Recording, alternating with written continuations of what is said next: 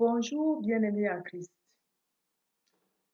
Nous nous retrouvons aujourd'hui, par la grâce du Seigneur, pour partager ensemble une nouvelle vidéo, un nouveau témoignage, une nouvelle lumière, même si au fond rien n'est nouveau, tout est ancien, mais juste actualisé. Alors tout d'abord, le thème que nous allons traiter aujourd'hui s'intitule Quelle différence y a-t-il entre le corps, l'âme et l'esprit? Quelle différence y a-t-il entre le corps, l'âme et l'esprit? Tout d'abord, nous allons nous mettre en présence du Seigneur pour recevoir sa bénédiction, pour ce pas de plus qu'il nous permet de faire au travers de cette vidéo. Sois béni, éternel Dieu de miséricorde, Père tout bon. Sois béni, mon Seigneur et Sauveur Jésus-Christ. Sois béni, mon Seigneur, Esprit Saint, qui vit et règne en nous, d'éternité en éternité. Amen. Au nom du Père, du Fils et du Saint-Esprit. Amen. Un jour, alors qu'on enseignait le caté aux petits-enfants, aux jeunes enfants, l'un d'eux me posa cette question, à savoir, quelle différence y a-t-il entre l'esprit et l'âme? Je fus troublée et essaya de donner une réponse qui ne me convainc pas moi-même. Alors, je pris conscience à cet instant-là que moi non plus, je ne le savais pas. De retour à la maison, je me tourna vers le maître, le directeur spirituel, notre admirable enseignant en la personne de Jésus-Christ lui-même, qui ne tarda pas à me répondre. Il me dit, je cite, c'est le cordon ombilical, parlant bien sûr de l'esprit. J'avais jusqu'ici compris par la grâce de Dieu ce qu'était une âme. Et je pensais que l'esprit et l'âme, en fait, n'étaient qu'une seule et même chose.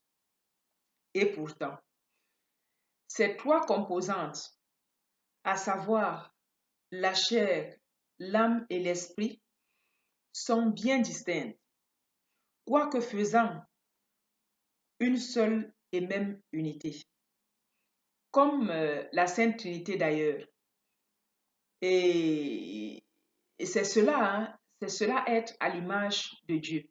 Lorsqu'on dit que l'homme est à l'image de Dieu, c'est l'image trinitaire. Dieu trois fois un. Donc l'homme aussi, il est trois fois en un. Il est chair, il est esprit et il est âme.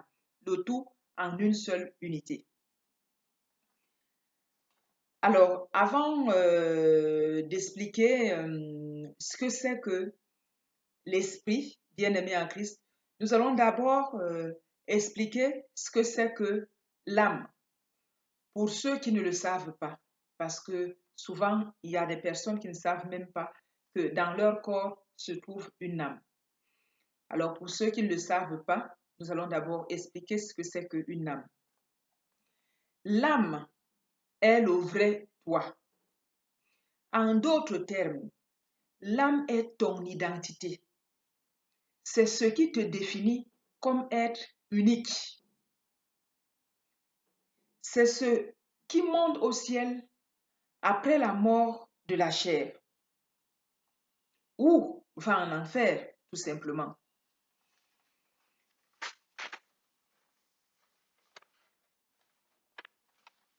Un jour, je vais faire un petit témoignage parce que c'est ce que notre Sainte Maman m'avait conseillé, de prêcher à partir de mon témoignage. Donc, on essaye de le faire, de rester fidèle à cela par la grâce du Seigneur. Un jour, alors que, un après-midi, alors qu'on méditait, les mystères, donc le chapelet, avec notre Sainte Maman, la Vierge Marie. Oui, elle est toujours là. À chaque fois que tu prends ton chapelet, que tu fais ton rosaire, sache que notre Sainte Maman prie avec toi. Alors, je me sentis devenir tout petit. Plus je priais, plus je me sentais devenir tout petit. Moi-même, je me suis retrouvée au fond de mon corps. J'étais assise sur le canapé et on aurait dit que je me suis sentie comme si j'étais devenue tout petit, tout petit, tout petit à l'intérieur de moi, au point de me retrouver au fond du canapé. Et j'entendais ma voix qui résonnait, ma voix qui continuait à lire, à égrener le chapelet, à lire les mystères. Pendant ce temps, moi-même, je me trouvais au fond de mon canapé, donc à l'intérieur de mon corps, mais au fond de mon canapé, tout petit, tout petit, tout petit, dans mon corps. Alors, ce fut une expérience assez étrange, assez troublante d'ailleurs. Euh, elle fut brève, mais assez intense, parce que c'était quelque chose d'assez extraordinaire d'entendre sa voix résonner tout en haut et puis soi-même de se sentir tout petit au fond de soi. Et c'est plus tard, parce que des fois le Seigneur nous donne des révélations, des fois il nous fait vivre des situations. Sur le coup, parfois on ne comprend pas. Et c'est bien plus tard que, par sa grâce, on arrive à comprendre. Et ce fut le cas pour cette expérience-là. C'est bien plus tard que j'ai compris que notre Sainte Maman a voulu me faire comprendre ce jour-là, me faire prendre conscience ce jour-là que le vrai moi habitait à l'intérieur de ma chair, de mon corps qui est sa maison. Donc ce vrai moi qui est mon âme habite à l'intérieur de ma maison qui est ma chair, si on veut bien. Bon. Nous allons quand même essayer aussi d'expliquer ce que c'est que le corps, entre guillemets, la chair. Donc, la chair, quant à elle, le corps, si on veut bien, est la partie visible, donc matérielle de notre être. Et c'est cette enveloppe-là dont nous prenons souvent le plus grand soin, dont nous idolâtrons même parfois. C'est cette enveloppe-là qui est notre chair, qui recouvre notre âme durant notre vie terrestre. Car une fois l'âme sortie de notre corps, ce dernier meurt. Notre chair meurt et retourne à la terre. 1 Pierre 1, verset 24. Ou encore 2 Corinthiens 5, verset 8 à 9. Notre chair a donc une durée de vie limitée. Donc notre chair est vouée à la mort. Contrairement à notre âme, qui lui est immortelle. L'âme humaine est immortelle. Maintenant, on va expliquer par la grâce du Seigneur ce que c'est que l'esprit. L'esprit, en revanche, est, comme nous le dit le Seigneur, comme nous l'a dit le Seigneur Jésus, est le cordon ombilical. C'est ainsi qu'il l'a décrit.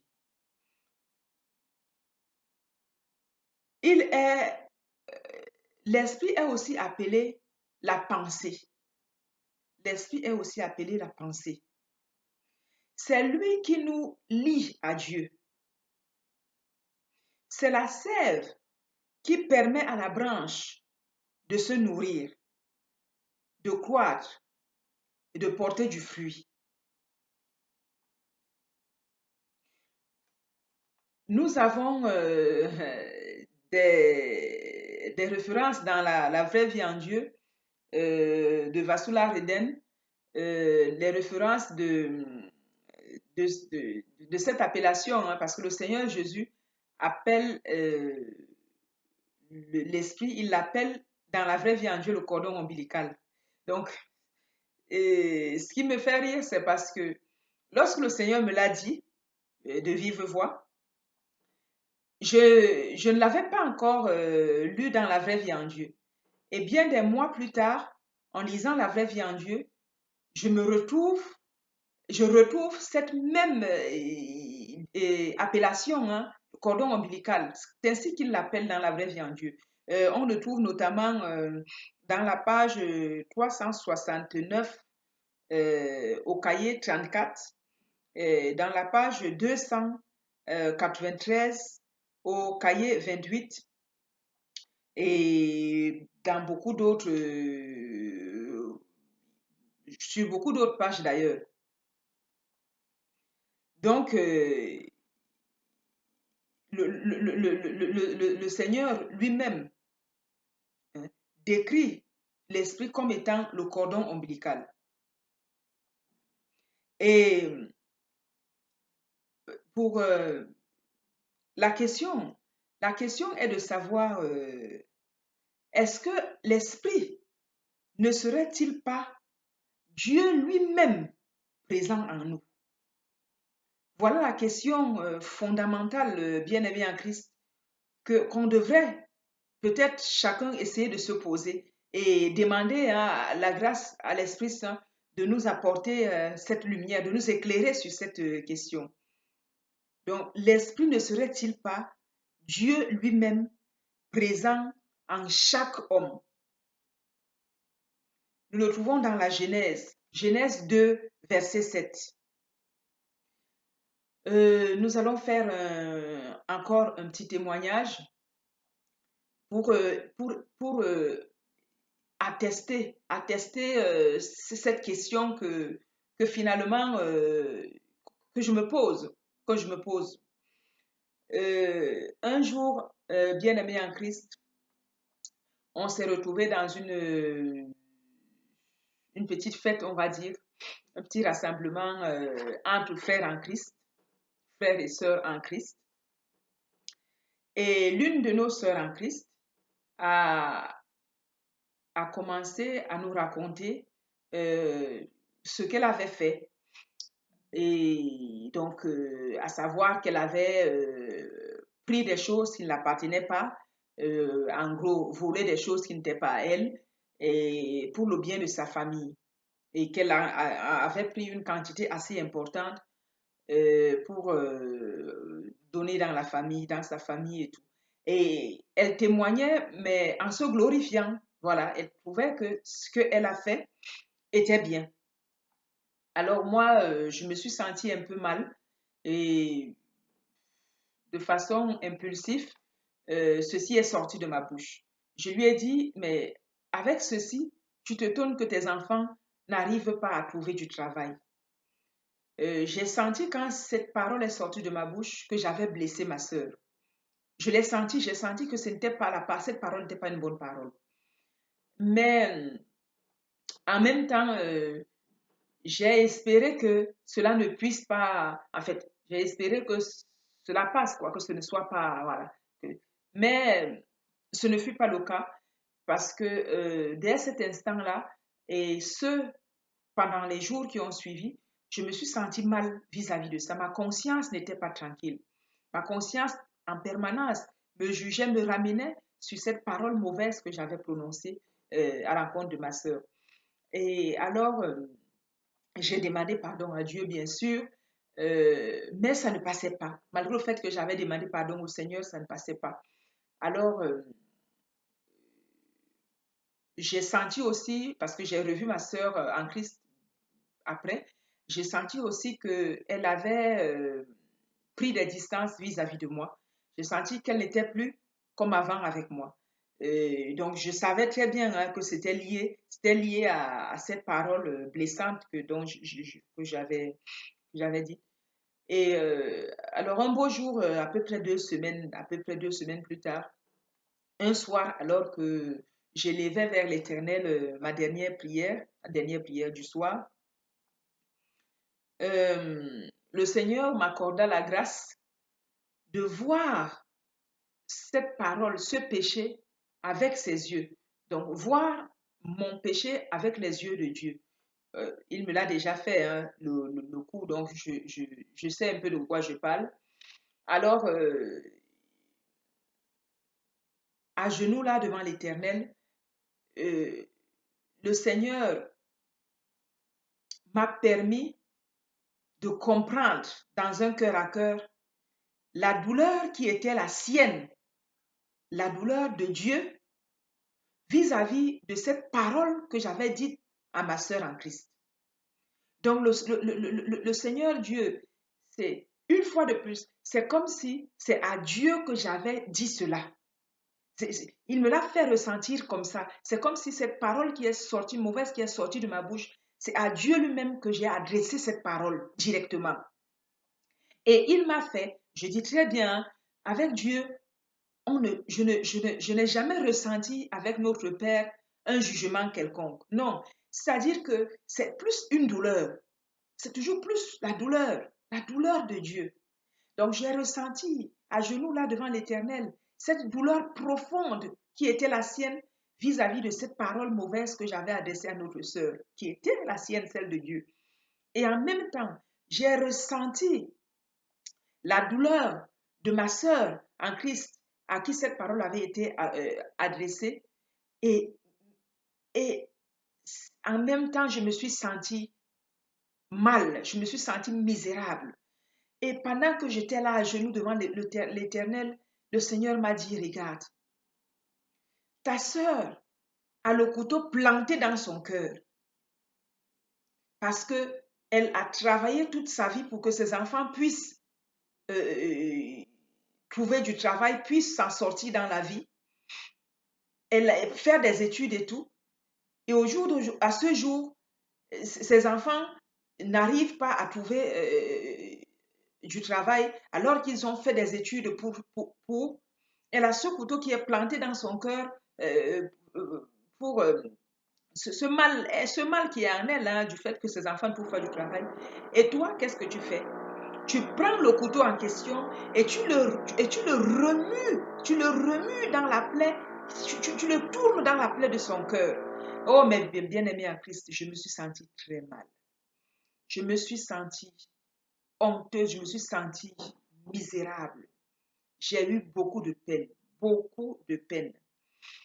Alors, bien entendu, hein, je me suis repentie vis-à-vis de Dieu. J'ai demandé pardon au Seigneur. Cette fois, le Seigneur a permis que les larmes coulent de mes yeux. Donc, j'ai demandé pardon. En fait, le repentir était sincère, hein, avec des larmes. Et puis, après la prière, j'ai envoyé un message à notre sœur et j'ai organisé une rencontre pour que je puisse demander pardon. Et lorsqu'on s'est retrouvés, cette sœur et moi, pour le pardon, et quand j'ai fini de lui dire, demander pardon, elle a ouvert la bouche. Mais tout ce qu'elle a pu sortir d'elle, j'ai compris, bien aimé en Christ, à quel point elle avait été blessée. Cela ne se voyait pas vraiment. Mais lorsqu'elle a ouvert la bouche pour me répondre, j'ai senti à quel point cette parole, qui peut paraître banale, qui peut paraître petite, qui peut paraître rien, à quel point j'avais blessé, je vais dire même mortellement ma sœur. Voyez-vous, bien aimé en Christ, c'est tout ceci qui m'amène à me poser la question de savoir, est-ce que Dieu, l'esprit, cet esprit qui est en nous, cet esprit qui est le cordon ombilical, cet esprit qui nous lie à Dieu, ne serait pas Dieu lui-même qui serait présent en nous, mais de façon vraiment manifeste, de façon vraiment réelle, propre, pure.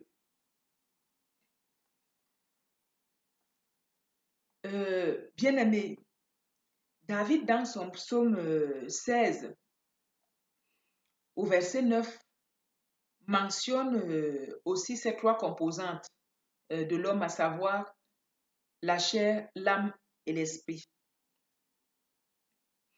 Euh,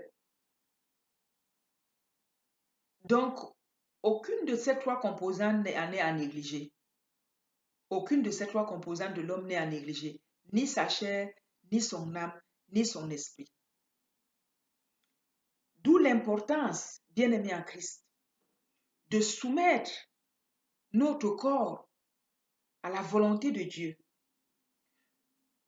en disposant ainsi notre âme à se laisser absorber par la présence de Dieu et notre esprit à grandir dans la contemplation de Dieu, le tout bien-aimé dans l'amour de Dieu. On va comparer l'esprit de l'homme, entre guillemets, le cordon ombilical, comme l'appelle le Seigneur dans la vraie vie en Dieu, le cordon ombilical au fœtus, fœtus humain. Un fœtus dans le ventre d'une femme prend tout son vital de sa mère. Un fœtus prend tout son vital de sa mère qui passe par le cordon ombilical. Et si ce cordon ombilical du fœtus est défectueux, la croissance de ce fœtus devient problématique dans tout son ensemble. Ainsi va de l'homme lorsque l'esprit est malade ou très malade. On tombe alors dans la mort spirituelle. Et lorsque ce cordon ombilical est complètement pourri, même rompu, on parle de l'enfer. L'enfer n'est autre que l'absence totale de la présence de Dieu en soi. L'enfer n'est autre que l'absence totale de la présence de Dieu en soi. Et c'est cela la vraie mort.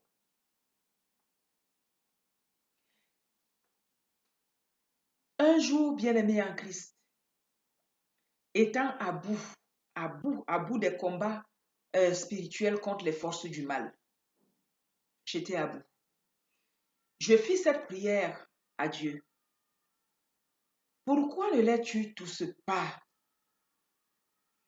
Ainsi, nous serons tranquilles. Le Seigneur me répondit ainsi. L'esprit ne meurt pas. Donc, l'âme humaine, qui est aussi esprit, vit éternellement dans les tourments, soit dans les tourments de l'enfer, soit au paradis. L'homme cher, bien-aimé en Christ, l'homme cher est méchant, égoïste, orgueilleux et cruel. Marc 7, versets 18 à 23. L'homme âme est pur à la ressemblance de Dieu. Et c'est l'homme chair qui souille l'homme âme. Dieu aime l'homme âme à la folie, malgré les taches du péché qui le recouvrent. Et c'est pour cela qu'il nous dit, chaque jour, à chaque instant, viens à moi tel que tu es. Dieu a un rapport particulier avec le poisson. Nous le voyons dans la Bible. Le Seigneur Jésus, dans la vraie vie en Dieu, de Vasula Riden, en a fait son symbole. La question est, pourquoi? À mon avis, Le poisson symbolise l'âme humaine aux yeux de Dieu. Nous voyons bien un poisson dans l'eau, plein de vie, rayonnant, magnifique, et hors de l'eau, mort et sec. Ainsi va de l'âme humaine sans l'Esprit de Dieu actif en nous. C'est cet esprit bien-aimé en Christ qui nous permet non pas d'être comme des dieux, comme veut nous le faire croire Satan depuis la création, notamment la Genèse 3, verset 5. Et il continue à ce jour à essayer de nous faire croire cela. Et dans la vraie vie en Dieu, le Seigneur Jésus nous en parle encore, notamment dans la page 491, cahier 44. Donc, non pas d'être comme des dieux bien-aimés en Christ, mais plutôt de trouver notre source originelle en Dieu. Entre guillemets, l'eau de vie. Toujours, on le trouve, le Seigneur en parle dans la vraie vie en Dieu, page 491, cahier 44. On est donc toujours attaché et nourri de Dieu par le cordon ombilical qui est l'Esprit. D'où l'importance, mes frères en Christ, d'où l'importance de laisser l'Esprit prendre le dessus sur notre chair. Jean 6, verset 63. Afin que nous puissions vivre en paix avec Dieu et dans la paix de Dieu. L'âme humaine absorbe tout de la chair, bon comme mauvais. C'est la raison pour laquelle, je pense, le Seigneur Jésus nous dit qu'il ne peut y avoir de véritable guérison de la chair sans la guérison de l'âme. En d'autres termes, sans la conversion du cœur, qui nous détourne du péché. Matthieu 13, verset 15. En conclusion, bien-aimés en Christ, l'âme est le vrai toi. L'esprit est le cordon ombilical qui t'attache à Dieu. La chair est la maison où habitent l'âme et l'esprit. Entre guillemets, le temple du Saint-Esprit. Cette parole du Seigneur, je l'ai fait mienne parce que c'est exactement cela. Je te loue, Père, Seigneur du ciel et de la terre, de ce que tu as caché ces choses aux sages et aux intelligents, et que tu les as révélées aux enfants. Oui, Père, je te loue de ce que tu l'as voulu ainsi. Merci, Père éternel. Je vous aime, bien-aimés en Christ. Le Seigneur Jésus vous aime à la folie. Il nous aime à la folie. Que Dieu vous bénisse, bien-aimés, et à bientôt.